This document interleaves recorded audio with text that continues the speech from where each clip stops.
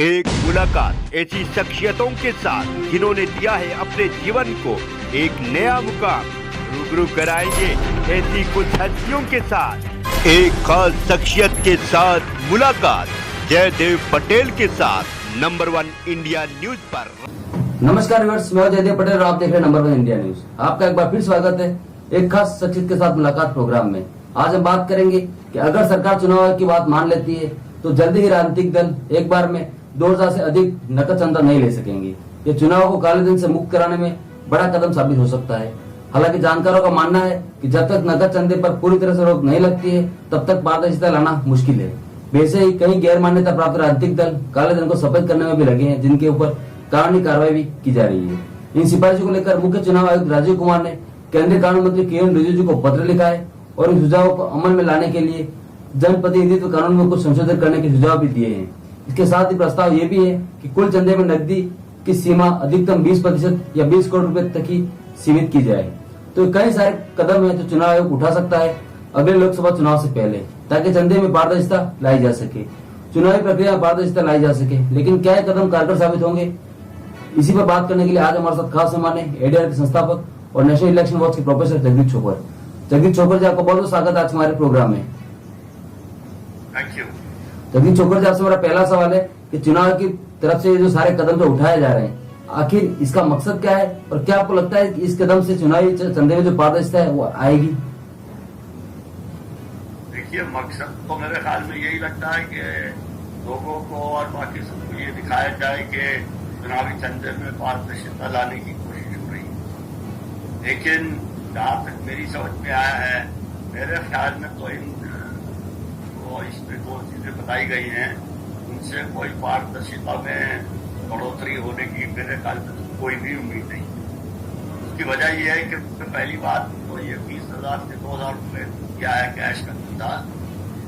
इस पे एक दफा तो पहले भी बात हो चुकी है, एक्चुअली कई दफा हो चुकी है, लेकिन इसको 2,000 करने से कोई फायदा इसलिए नहीं होगा कि जब ये 20,000 था तो लोग 19,999 की रसीदें काटते थे। अब वो रसीदें 1,999 की कटनी शुरू हो जाएगी। तो जो रसीदें कटनी उनमें तो बढ़ोतरी होगी, लेकिन ट्रांसपेरेंसी में बढ़ोतरी कोई नहीं। दूसरी बात रही ये कैश में चंदा सिर्फ 20% टोटल डोनेशन का या 20 करोड़ तक ले सकते हैं। उसमें एक फंडामेंटल जो नुक्स है या कमी है या गलती है वो ये है कि वो ये असूम करता है कि जो लोग कोई व्यक्ति किसी पॉलिटिकल पार्टी को पैसा देगा कैश में, वो देने वाला उसको डिक्लेयर करेगा और पॉलिटिकल पार्टी जो ले रही है कैश में वो भी डिक्लेयर करेगी। लेकिन ये उम्मीद रखना कि लोग कैश की डोनेशन देने और लेने को डिक्लेयर करेंगे, मेरे ख्याल में तो ये बिल्कुल ही गलत है। क्योंकि कैश तो लोग तब देते हैं जब डिक्लेयर ना करना हो। अगर डिक्लेयर करना हो तो फिर चेक से ही देंगे।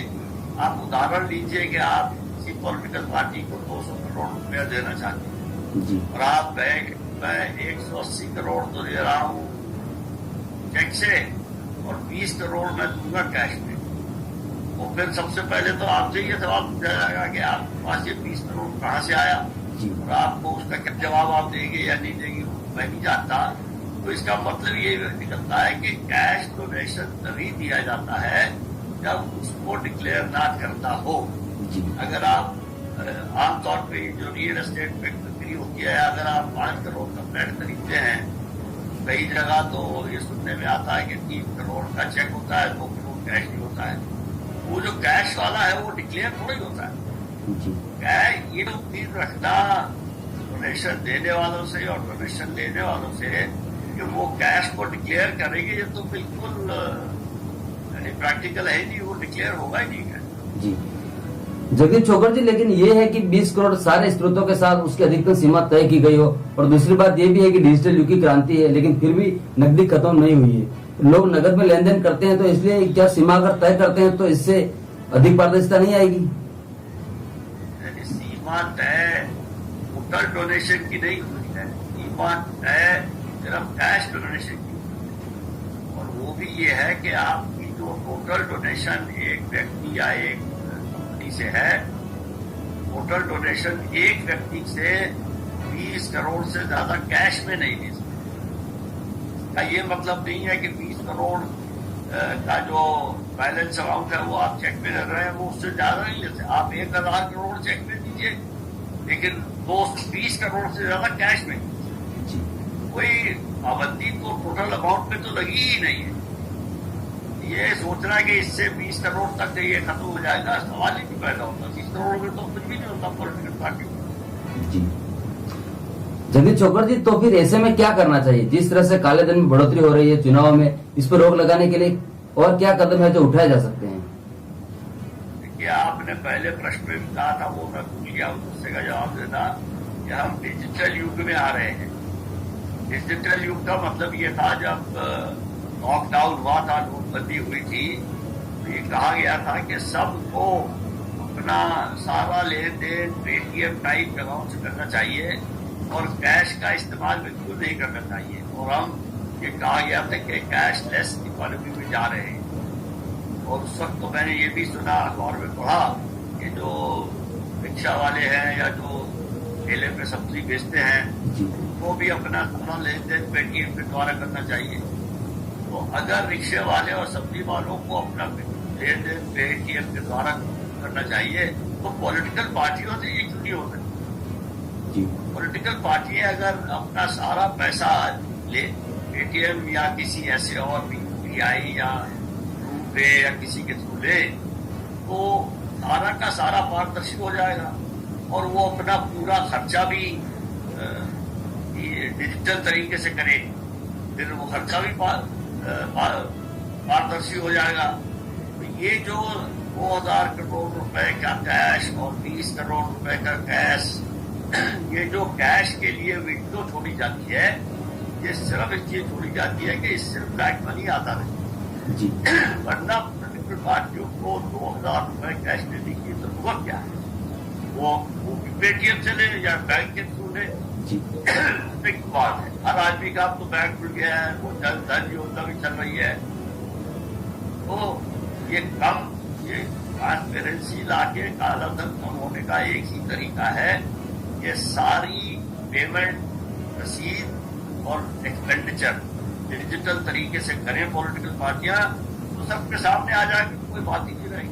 जी जगदीश चोकर जी, एक चीज और देखने में आई है कि कई फर्जी राजनीतिक दल रहे हैं तो चल रहे हैं जो काले धन को सफेद कर रहे हैं। इनके दफ्तर ऐसे हैं कि कोई वहां जाए तो लगे कि वाकई में पॉलिटिकल पार्टी का दफ्तर हो सकता है।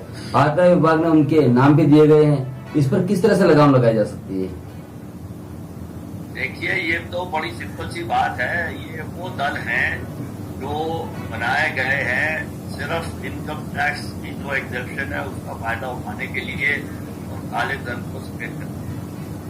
इनमें अगर चुनाव आयोग चाहे तो ये कर सकता है कि भाई जिसने पॉलिटिकल पार्टी ने 2 साल या 3 साल तक कोई भी चुनाव नहीं लड़ा, उसकी वो रजिस्ट्रेशन खत्म कर दी। अब रजिस्ट्रेशन खत्म करना मुश्किल है, क्योंकि कोर्ट ने कहा हुआ कि सिवाय 3 कंडीशंस के कोई किसी को रजिस्टर नहीं कर सकता। तो इलेक्शन कमीशन को चाहिए कि ये ऐसे केसेस को लेकर सुप्रीम कोर्ट को रेफर करे और उनसे कहे कि एक कंडीशन ये भी आपको बनानी चाहिए कि अगर पॉलिटिकल पार्टी के साथ चुनाव नहीं लड़ती है और कोई पॉलिटिकल एक्टिविटी भी नहीं करती है सिवाय पैसा इकट्ठा करना के, तो उसकी रजिस्ट्रेशन खत्म होनी चाहिए। असली कदम तो वो है। लेकिन जो चुनाव आयोग ये रहा है कि उसको रेड कर रहा है, वो तो ऑलरेडी रिकग्नाइज तो है ही नहीं, उसकी रिकग्निशन को विड्रॉ नहीं कर सकते। जो कर रहा है लेकिन उससे फायदा नहीं होगा, उसको टीम को जाके उसको रजिस्टर करवाना चाहिए।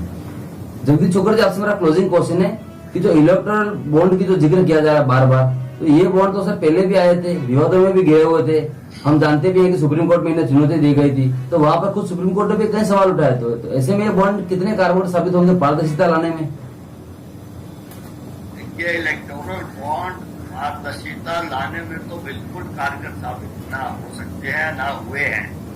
तो मैं समझता हूँ करीब 5-6 साल का एक्सपीरियंस हो गया है, लेकिन ये पारदर्शिता जितनी थोड़ी बहुत थी उसको खत्म करने में बहुत कारगर। किसी को पता नहीं है कि कौन किसी पार्टी को कितने पैसे दे रहा है। देने वाले का नाम सिर्फ स्टेट बैंक ऑफ इंडिया को मालूम है और किसी को मालूम नहीं है। स्टेट बैंक ऑफ इंडिया को अगर मालूम है तो उसका ये मतलब है सत्तारूढ़ दल को भी मालूम है। और जैसे ही कोई इलेक्टोरल बॉन्ड खरीदता है तो वो किसी ऑपोजिशन पार्टी को देने को जाता है तो उससे पूछा जाता है कि आप कहाँ जा रहे हैं, वो फिर सीधा रूलिंग पार्टी के वहां चला आता है। इसका सबसे बड़ा नुकसान ये है कि ये ऑपोजिशन पार्टियों की फंडिंग को बिल्कुल चोक कर रहा है और सारा का सारा कम से कम 60-70% चुनावी बॉन्ड जो है वो रूलिंग पार्टी को मिलते हैं। इसलिए पॉलिटिक्स साल के प्रॉफिट हैं उस एवरेज प्रॉफिट का 7.5% से ज्यादा नहीं दे सकते जी। ये 7.5% की लिमिट खत्म हो गई है। अब कोई कंपनी चाहे तो अपना पूरा का पूरा प्रॉफिट दे दे, वो प्रॉफिट ना भी हो तो भी दे दे।